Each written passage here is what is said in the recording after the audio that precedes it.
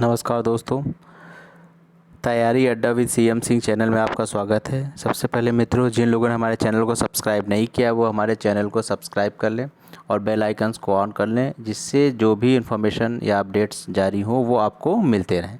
दोस्तों, हम बात करेंगे करंट अफेयर्स की, अप्रैल माह की, जो कि काफ़ी इम्पॉर्टेंट है और आपके सभी जो भी आप प्रतियोगी परीक्षा की तैयारी कर रहे हैं उसमें आने की उसकी प्रबल संभावना है। तो इसको ध्यान से पढ़ें, एक एक चीज़ को ध्यान से पढ़ें। दोस्तों, केंद्र सरकार ने केंद्र शासित प्रदेश जम्मू कश्मीर में नया डोमिसाइल एक्ट लागू किया है।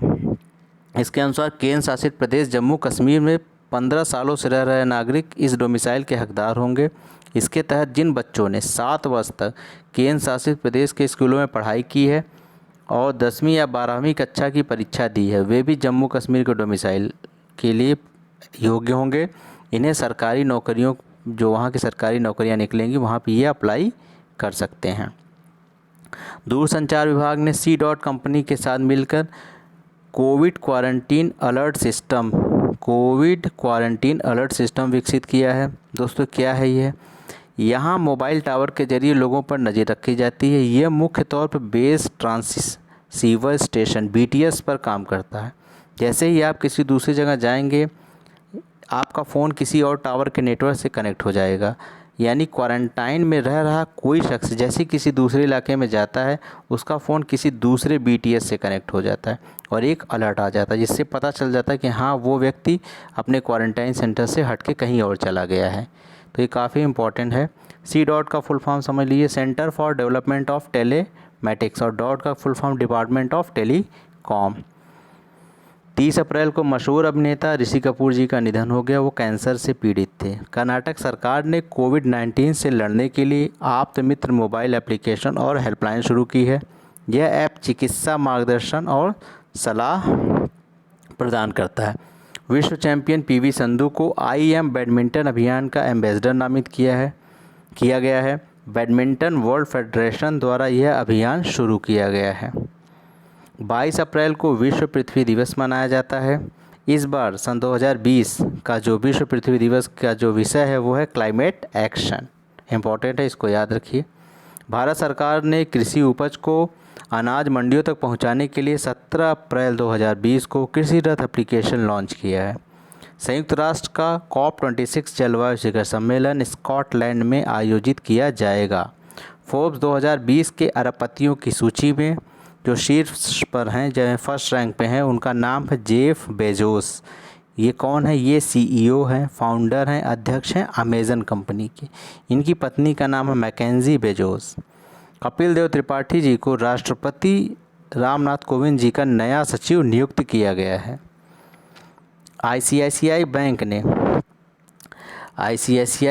ने ग्राहकों के लिए वॉइस बैंकिंग सेवा लॉन्च की है। ICICI बैंक ने अमेज़न एलेक्सा और गूगल असिस्टेंट पर अपनी वॉइस बैंकिंग सेवा शुरू की है।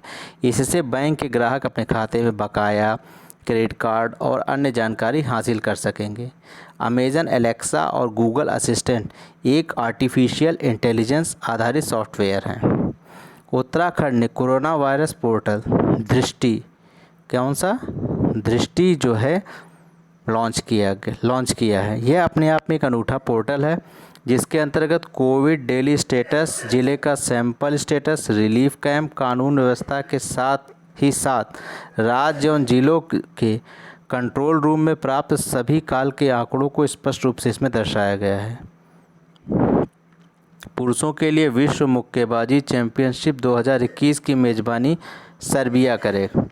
न्यायमूर्ति दीपांकर दत्ता को बॉम्बे हाईकोर्ट का मुख्य न्यायाधीश बनाया गया है। अब आइए, भारत सरकार ने iGOT लॉन्च किया है। क्या है iGOT? iGOT का फुल फॉर्म है इंटीग्रेटेड गवर्नमेंट ऑनलाइन ट्रेनिंग। दीक्षा प्लेटफॉर्म पर कोरोना वॉरियर्स के लिए प्रशिक्षण कार्यक्रम शुरू हुआ है। यह एक ऑनलाइन ट्रेनिंग कार्यक्रम है। पहले समझिए दीक्षा क्या है। दीक्षा का फुल फॉर्म है डिजिटल इंफ्रास्ट्रक्चर नॉलेज शेयरिंग। ये शिक्षण और प्रशिक्षण के लिए एक ऑनलाइन प्लेटफॉर्म है। इसे मानव संसाधन विकास मंत्रालय द्वारा बनाया गया है। और ये जो iGOT है वो समझिए, कोरोना वायरस की रोकथाम और उपचार में लगे डॉक्टर, पैरामेडिकल स्टाफ, पुलिस और वॉलंटियर्स के लिए भारत सरकार ने कोविड-19 केंद्रित इंटीग्रेटेड गवर्नमेंट ऑनलाइन ट्रेनिंग कार्यक्रम लॉन्च किया है। सिडबी ने सेफ प्लस ऋण योजना की शुरुआत की है।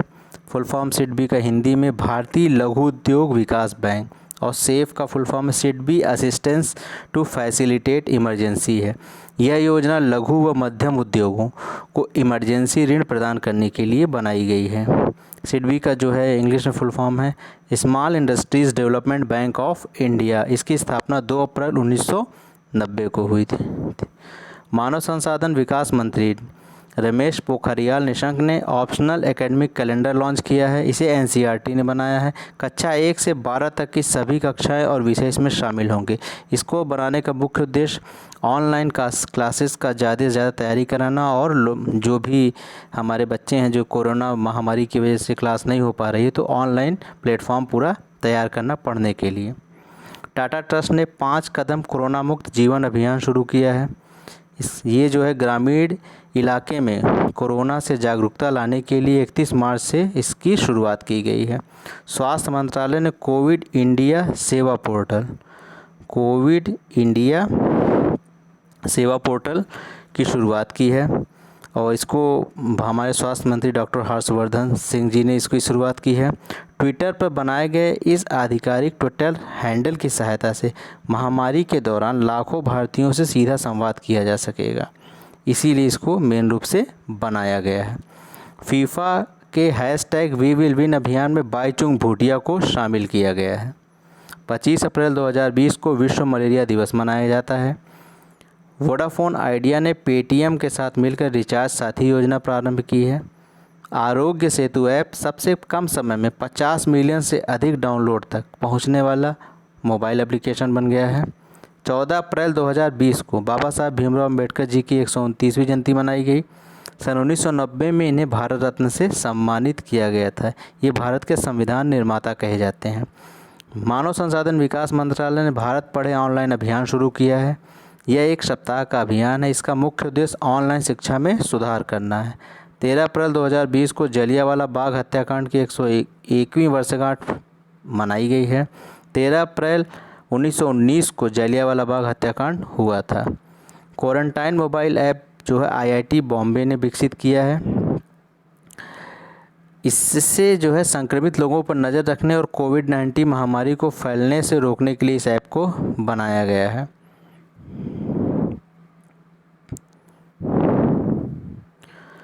कोरोना से पीड़ित व्यक्तियों के लिए भारत सरकार ने एक ऐप लॉन्च किया जिसका नाम है कोरोना कवच।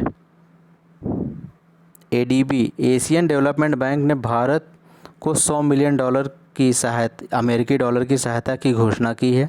एडीबी बैंक जो इसका फुल फॉर्म है एशियन डेवलपमेंट बैंक, इसका जो है 1966 में इसको स्थापित किया गया है। इसका मुख्यालय मनीला फिलीपींस में है।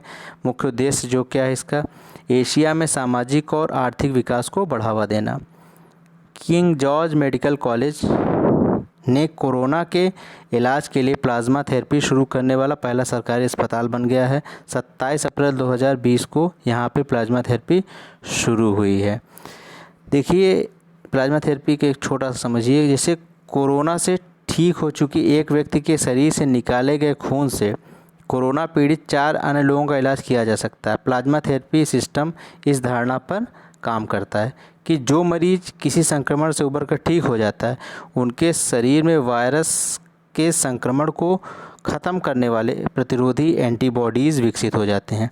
इसके बाद उस वायरस से पीड़ित नए मरीज के खून में पुराने ठीक हो चुके मरीज का खून डालकर इन एंटीबॉडीज़ के ज़रिए नए मरीज के शरीर में मौजूद वायरस को ख़त्म किया जा सकता है।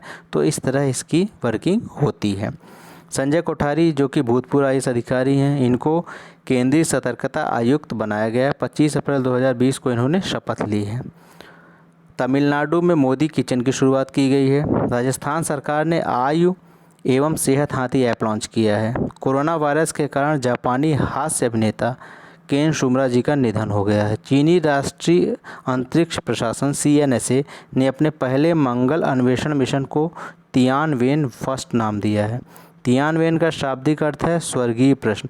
चीन ने यह भी घोषणा की आगे जो भी मंगल इस पे कार्य होगा उन सब का नाम तियानवेन पे ही रखा जाएगा। 1 2 3 4 इस तरीके से वो रखा जाएगा।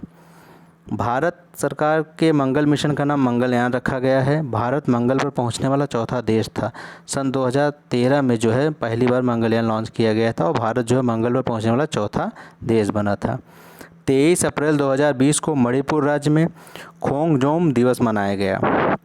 इस दिवस के द्वारा एंग्लो मणिपुर युद्ध में लड़ने वाले योद्धाओं को श्रद्धांजलि दी जाती है जो 1891 में हुआ था। ये युद्ध जो है 1891 में हुआ था। इसमें अंग्रेज़ों की जीत हुई थी। यह लड़ाई खोंगजोम की खेबा पहाड़ियों पर लड़ी गई थी। गुजरात सरकार ने सुजलाम सुफलाम जल संचय योजना लॉन्च की है। 24 अप्रैल को राष्ट्रीय पंचायती राज दिवस मनाया जाता है। 20 अप्रैल 2020 को अरुणाचल प्रदेश में सुबनसिरी नदी पर दापो रिजो पुल का उद्घाटन वहां के मुख्यमंत्री पेमा खांडू जी ने किया। इसका निर्माण सीमा सड़क संगठन BRO द्वारा किया गया है। यह पुल 40 टन वजन झेल सकता है। इस पुल का निर्माण 1 महीने से कम समय में किया गया है। यह सुबनसिरी नदी जो है ब्रह्मपुत्र नदी की सहायक नदी है। आंध्र प्रदेश ने मोबाइल हैंड वॉश सुविधा स्टेशन स्थापित किए हैं। अर्जुन देव जी का अभी हाल ही में निधन हो गया। वह क्या थे? एक इतिहासकार थे। मध्य प्रदेश ने रेडियो स्कूल की शुरुआत की है। ICICI बैंक ने व्हाट्सएप पर बैंकिंग सेवाओं की शुरुआत की है।